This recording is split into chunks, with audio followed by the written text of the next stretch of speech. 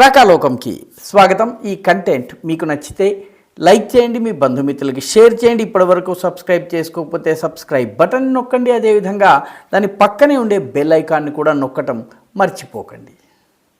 మిత్రులారా, ఇంగ్లాండ్లో జరిగినటువంటి ఎన్నికల్లో గత 14 సంవత్సరాలుగా ఏకఛత్రాధిపత్యం చేస్తున్నటువంటి దక్షిణపక్ష రైట్ వింగ్ కన్జర్వేటివ్ పార్టీ ఓడిపోయింది. దాని స్థానంలోనే లేబర్ పార్టీ విజయం సాధించింది. చాలా ఘనమైనటువంటి విజయాన్ని సాధించింది. అయితే ఓట్ల శాతం పరంగా చూసినట్లయితే తేడా తెలియదు, కానీ ఒక రకంగా ఇది భారీ విజయంగా చెప్పాలి. 641 స్థానాల్లో లేబర్ పార్టీకి 410 స్థానాలు వచ్చినాయి. కానీ ఓట్ల శాతం చూస్తే 33.9% మాత్రమే. అదేవిధంగా ది కన్జర్వేటివ్స్, ఇప్పటి వరకు అధికారంలో ఉన్నటువంటి రిషి సునాక్, భారతీయ మూలానికి చెందిన రిషి సునాక్ నాయకత్వంలో ఉన్నటువంటి కన్జర్వేటివ్స్కి మొత్తం 119 సీట్లు వచ్చినాయి. కానీ వాళ్ళకు వచ్చినటువంటి ఓట్లు 23.7% మాత్రమే. లిబరల్ డెమోక్రట్స్, వీళ్ళకి ఒక 71 స్థానాలు వచ్చినాయి. వీళ్ళు కేవలము 12.3% ఓట్లు సంపాదించుకున్నారు. వీళ్ళకన్నా ఎక్కువ ఓట్లు సంపాదించుకుని దాదాపు 14% ఓట్లు సంపాదించుకున్నటువంటి రిఫార్మ్ పార్టీ, ఇది నిజెల్ ఫరాజ్ అనేటటువంటి నాయకుని ఆధ్వర్యంలో ఉండేటటువంటి చాలా ఎక్స్ట్రీమ్ రైట్ వింగ్ పార్టీగా, డొనాల్డ్ ట్రంప్కి బాగా సన్నిహితంగా ఉండే పార్టీ. ఈ పార్టీ 14.3% ఓట్లు సంపాదించింది. 4 సీట్లు మాత్రమే నెగ్గింది. సో నిజానికి కన్జర్వేటివ్స్ ఈ రిఫార్మ్ యూకే పార్టీ కనుక కలిసి ఉన్నట్లయితే ఎన్నికల ఫలితాలు వేరుండేవి. రెండు వేరువేరుగా ఉన్న కారణంగా లేబర్ పార్టీ విజయం సాధించింది. లేబర్ పార్టీ ఓటమి ఎంత ఘోరంగా ఉందో చెప్పాలంటే, ఒక మాజీ ప్రధాని లిజ్ ట్రస్, ఆమె 48 రోజులు మాత్రమే ప్రధానమంత్రిగా ఉన్నారు. ఆమె ఓడిపోయారు. ఆమె ఓడిపోవడమే కాదు, 1885 నుంచి కన్జర్వేటివ్ల కంచుకోటగా ఉంటున్న 1885 ఉన్నటువంటి డోర్కింగ్ సీటు కావచ్చు, అదేవిధంగా 1918 నుంచి వాళ్ళ కంచుకోటగా ఉన్నటువంటి ఆల్డర్షాట్ అనేటువంటి సీటు కావచ్చును, ఆల్ట్రింగ్ కమ్ వాస్తవానికి ఇది 1924 నుంచి కన్జర్వేటివ్స్ వరుసగా గెలుచుకుంటూ వస్తున్నారు. చిచెస్టర్ సీటు కూడాను 1924 నుంచి ఓడిపోలేదు. అదేవిధంగా టర్న్ బ్రిడ్జ్ వెల్స్ అనేటటువంటి సీటు 1931 నుంచి ఓడిపోలేదు. ఈ సీట్లను కూడా ఈసారి కన్జర్వేటివ్స్ ఓడిపోయారు.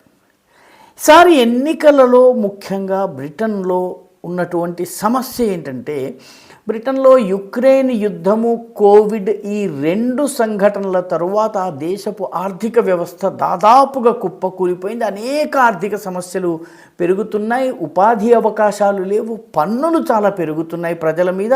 ఈ పన్నుల భారాన్ని ప్రజలు భరించలేనటువంటి స్థితిలో ఉన్నారు. దీనితో పాటు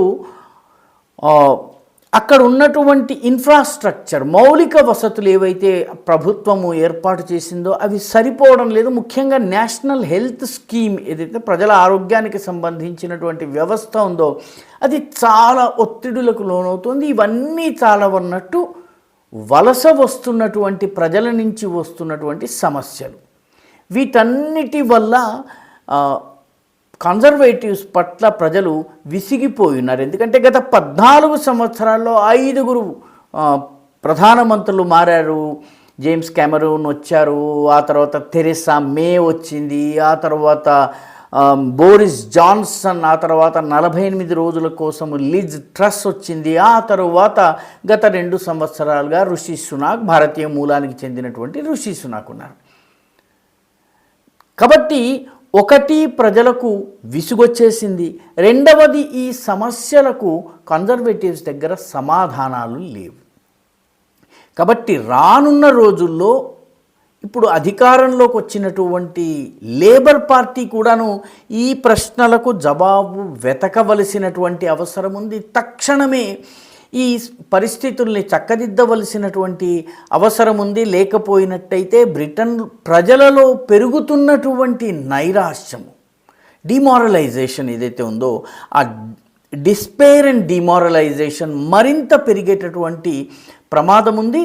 ఇది తగ్గించాలన్నట్లయితే లేబర్ ప్రభుత్వము చాలా కఠినమైనటువంటి నిర్ణయాలు తీసుకోవలసినటువంటి అవసరం ఉంది. అయితే రిషి సునాక్ సమయంలో తీసుకున్నటువంటి ఇంగ్లాండ్కి వలస వచ్చేటటువంటి మిడిల్ ఈస్ట్ నుంచి వచ్చేటటువంటి వాళ్ళందరినీ కూడాను రువాండాలో సెటిల్ చేయాలన్నటువంటి ప్రతిపాదన కూడా బహుశా ఇప్పుడు వెనకబడిపోతుంది. ఎందుకంటే లేబర్ ఎంతమంది బయట నుంచి వస్తే అంత మంచిదని భావించేవాళ్ళు. అయితే దీనికి ఇంగ్లాండ్లో వ్యతిరేకత వస్తోంది. సర్వసాధారణ ఇంగ్లీష్ ప్రజలు వ్యతిరేకిస్తున్నారు. కాబట్టి లేబర్ పరిస్థితి కూడా నల్లేరు మీద నడక కాదు. మన భారతదేశం పరంగా గనక మనం చూసినట్టయితే మనకి రిషి సునాక్ దేశ ప్రధానమంత్రి అయిన తర్వాత భారతదేశానికి పెద్దగా కలిసి వచ్చింది ఏమీ లేదు. వాస్తవానికి భారత అనుకూల విధానాలు ఏమీ ఆయన అనుసరించినట్టు లేదు. ఒకటి, రెండవది వలస విధానాల విషయంలో, ముఖ్యంగా భారతదేశం నుంచి వలస వెళ్ళే వాళ్ళ విషయంలో నిబంధనల్ని మరింత కఠినతరమే చేయటం జరిగింది. ఇప్పుడు లేబర్ వచ్చిన తరువాత కొద్దిగా ఈ పరిస్థితి మారవచ్చు. కానీ ఇంగ్లాండ్లో ఓవరాల్గా పెరుగుతున్నటువంటి వలసదారులు, వీళ్ళలో పెరుగుతున్నటువంటి ముస్లిములు, ముఖ్యంగా ముస్లిం జనాభా, ఏషియాటిక్ జనాభా, అదేవిధంగా మిడిల్ ఈస్ట్కి చెందిన వాళ్ళు లేదా అరబ్ ప్రపంచానికి చెందినటువంటి వాళ్ళు రావడం వల్ల వస్తున్నటువంటి మార్పుల పట్ల చాలా తీవ్రమైనటువంటి వ్యతిరేకత వస్తుంది.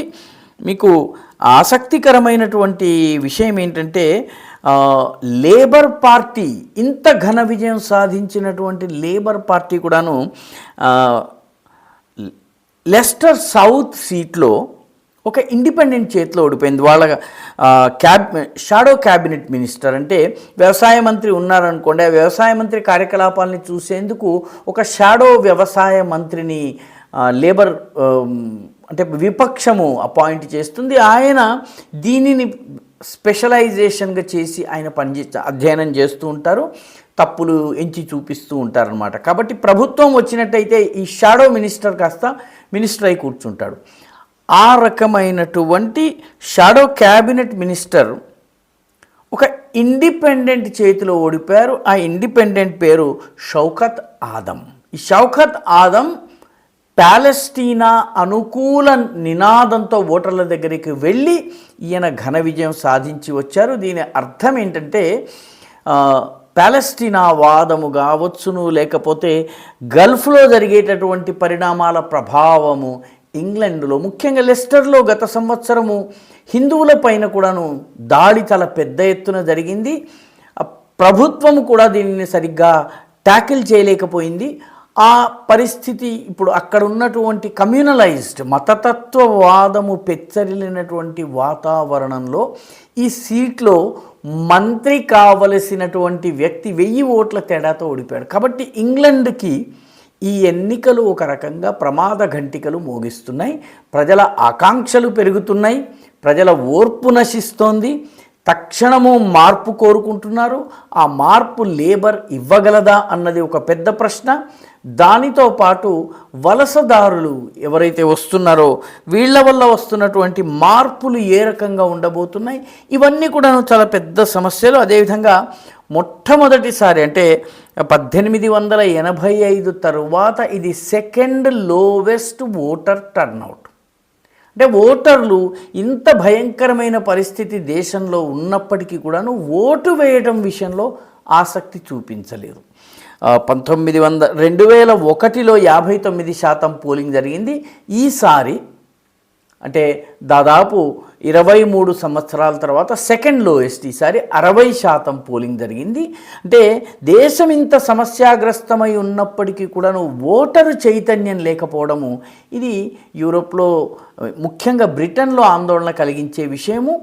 బ్రిటన్ చుట్టూ ఉన్న అనేక దేశాలలో దక్షిణపక్ష పార్టీలు గెలుస్తున్న సమయంలో, రైట్ వింగ్ పార్టీలని చెప్పేటటువంటి వలస విధానాన్ని వ్యతిరేకించే పార్టీలు గెలుస్తున్న సమయంలో ఇక్కడ ఈ పార్టీలు అంటే right wing party, conservative party ఓడిపోవడం అనేది చాలా కీలకమైనటువంటి పరిణామము. ప్రజలు లోకల్ ఇష్యూస్ ఆధారంగానే ఓటు వేశారన్నది దీని ద్వారా స్పష్టమవుతుంది. ఈ వీడియో మీకు నచ్చినట్టయితే లైక్ చేయండి, షేర్ చేయండి, ఈ ఛానల్కు సబ్స్క్రైబ్ చేయండి, మీ అభిప్రాయాన్ని కమెంట్ల రూపంలో తప్పనిసరిగా పంపించండి.